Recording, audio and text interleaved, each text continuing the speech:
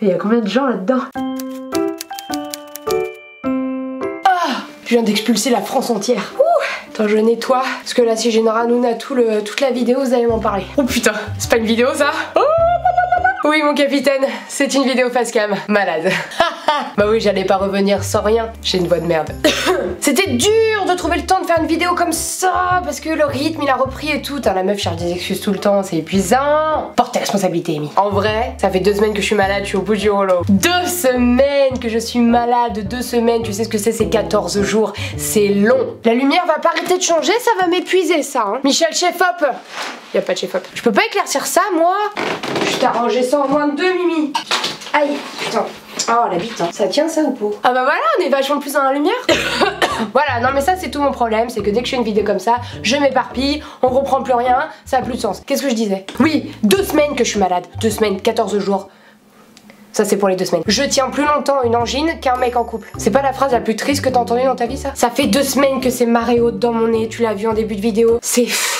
ça pleut. J'ai l'impression que je mouche mon cerveau en fait. Il y a toute la scène qui sort et je situe la scène parce que c'est clairement un endroit dégueulasse et vu ce qui se passe dans mon nez t'as pas envie de savoir mais c'est à peu près ce qu'il y a dans la scène. Vraiment, moi je sors des cadavres de mon nez comme ça.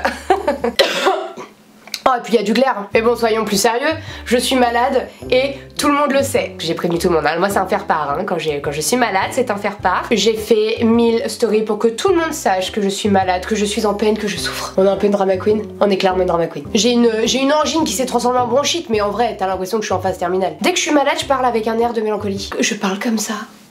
Avec les yeux un peu dans le vide, avec le petit sourire pour rassurer mais qui en fait invite à la pitié. Moi j'ai pas de problème avec la pitié. Il y a plein de gens qui disent ouais moi j'aime pas qu'on ait pitié pour moi mais moi j'aime grave qu'on ait de la pitié pour moi, c'est à dire que les gens ils sont grave gentils, ils font des cadeaux et tout et il y a de la pitié pour moi, la pitié ça défonce. La fierté j'en ai aucune fierté, je m'en fous. Ah non mais clairement j'en fais trop hein. J'en fais trop, c'est une angine hein, je rappelle. Mais quand même, règle numéro 2 d'ailleurs quand t'es malade comme ça, tu commences toujours une phrase en toussant parce qu'il est primordial de rappeler à la personne en face de toi que tu es malade.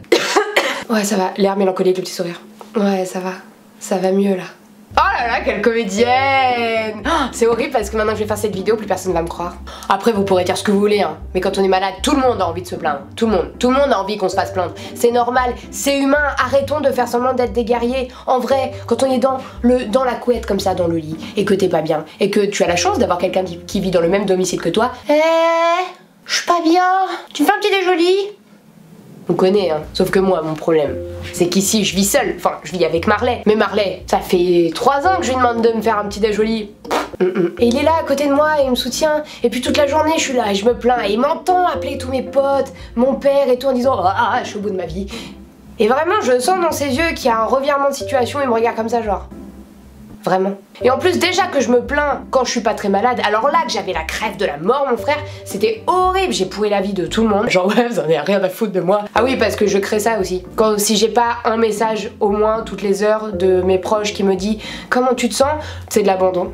En 1 heure je peux mourir si je fais une infection du poumon, je m'étouffe, terminé. Alors tu te sens comment? Niveau de la culpabilité on est bien ou pas? Bah maman elle fait une vidéo enfin. T'es mignon. C'est fou quand même quand je réalise que j'arrive à garder une maladie plus longtemps qu'un mec. Faut dire aussi que j'ai un système humanitaire...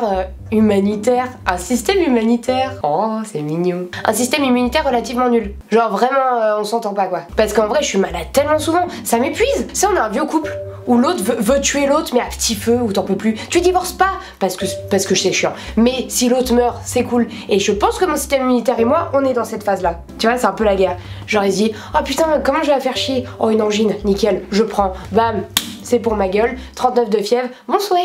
Moi ce qui me fascine dans la maladie aussi c'est le rapport aux autres. Tu as ceux qui te plaignent et qui ont envie de t'aider, qui sont tristes pour toi, ils aiment pas te voir comme ça et tout, et eux tu profites d'eux. Non, m'entends pas, on profite d'eux parce qu'on veut qu'ils nous fassent des câlins et qu'ils soient là et qu'ils annulent grave leur soirée pour rester avec nous parce que nous on peut pas sortir. Ça je le fais souvent. Eux, on les aime. Il y a les gens agacés.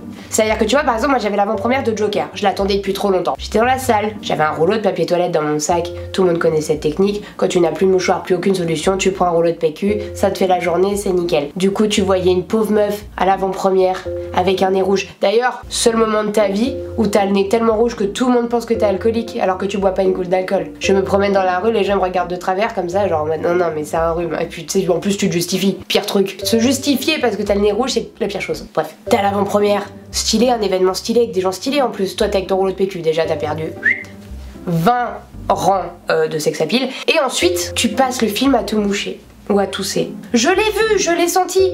Les gens qui ont été avec moi à l'avant-première, je vous ai vu faire... Non mais pardon en fait, c'est pas de notre faute si on souffre. Ouais bon là c'est mon côté encore drama, on dirait vraiment que je suis au bord du gouffre. Pardon d'avoir bousillé votre avant-première madame avec mon rouleau de PQ et mes narines gonflées. Mes narines gonflées. Donc ça c'est la deuxième catégorie de personnes, les personnes inhumaines qui supportent même pas les gens malades. Vous on vous aime pas trop. Et il y a la troisième catégorie de personnes qui en fait concerne la personne malade. La troisième catégorie de personnes qui concerne la personne malade.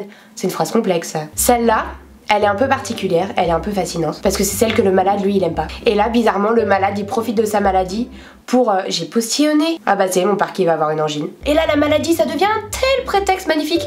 Je te fais pas la bise, hein, je suis malade, j'ai pas envie que tu chopes quelque chose. Tu passes pour quelqu'un de bienveillant, alors qu'en vrai t'as juste pas envie de toucher l'épiderme de l'autre. Et ça c'est merveilleux. Parce que moi il y a plein d'épidermes que j'ai pas envie de toucher. Enfin bon, tout ça concerne mon état actuel. J'avais envie de faire un peu un bilan de mes 2 semaines. Ah si, je vous ai pas parlé de ça. Oh, j'ai dépassé le stade du Doctissimo. Ça y est, c'est fini pour moi, c'est has-been. Je vais sur symptôme check maintenant. Symptôme check, c'est hyper dur à dire, symptôme check. Oui parce que j'ai dépassé le stade de l'hypochondriaque simple. L'hypochondriaque simple, bah c'est Doctissimo. Donc là je suis passée à l'hypochondriaque de luxe sur symptôme check. Ah ça c'est merveilleux, c'est-à-dire que vraiment c'est un site où tu rentres tous tes symptômes et il te fait une évaluation de ce que tu pourrais potentiellement avoir. Alors là c'est magnifique. Oh c'est magnifique. Tu découvres même des maladies dont t'avais jamais entendu parler, tu tapes le truc, tu fais ok. Merveilleux. Vraiment il te fait une liste en plus du plus probable au moins probable. Forcément il y a le cancer du poumon au moins probable, mais c'est celui-là que tu prends. Tu dis ah putain je suis sûre. Moi j'étais un peu plus soft cette fois, j'ai rentré tous mes symptômes dans le site et là j'ai vu une chose particulière, j'ai vu méningite. J'ai vu méningite. Ça m'a perturbée. En plus, j'ai dormi dans mon canapé parce que je me suis endormie comme une énorme bouse. Hein. J'ai dû dormir alors comme ça. Me suis réveillée, j'avais mal à la nuque. Oh là là, c'était mort là. J'ai appelé tout le monde. J'étais en train de rédiger mon testament. Hein. Bon, évidemment, c'était une angine. Et puis forcément, j'ai eu des antibiotiques. Et pourquoi ma maladie a duré si longtemps, c'est que j'ai pris mes antibiotiques. Puis il y avait l'anniversaire de Charlène. Et puis j'ai fait la teuf, j'ai bu de l'alcool. Du coup, ça servait à rien. Et du coup, je suis retombée malade. Et ouais, bah j'ai beau avoir 28 ans, j'ai toujours une enfant de 12 ans qu'il faut surveiller. Ce sera comme ça toute ma vie. Donc après s'ensuit vraiment 2 semaines de léthargie relativement ennuyeuse. Hein. Je m'apprête à reprendre ma vie sociale dès demain. Je tourne cette vidéo actuellement dimanche 29 septembre. Je verrai cette vidéo du coup le jeudi qui arrive, si j'ai fait le montage correctement. Je sais que ça a été souvent traité mais pas par moi et pas par une casse-couille. Et j'avais vraiment très envie de commenter l'étape de la maladie avec vous. Parce que t'as beau te faire chier pendant une semaine, quand tu sais que tu reprends le lendemain, bah là d'un coup c'est chiant, t'as envie de rester un peu. Du coup vu qu'il me reste que quelques heures de maladie officielle, je vais continuer à appeler tout mon répertoire en me plaignant encore un peu. Je vais en profiter jusqu'à aller 20 h ce soir. Je te laisse du coup, j'ai des messages de casse-couilles à envoyer. Allez bisous.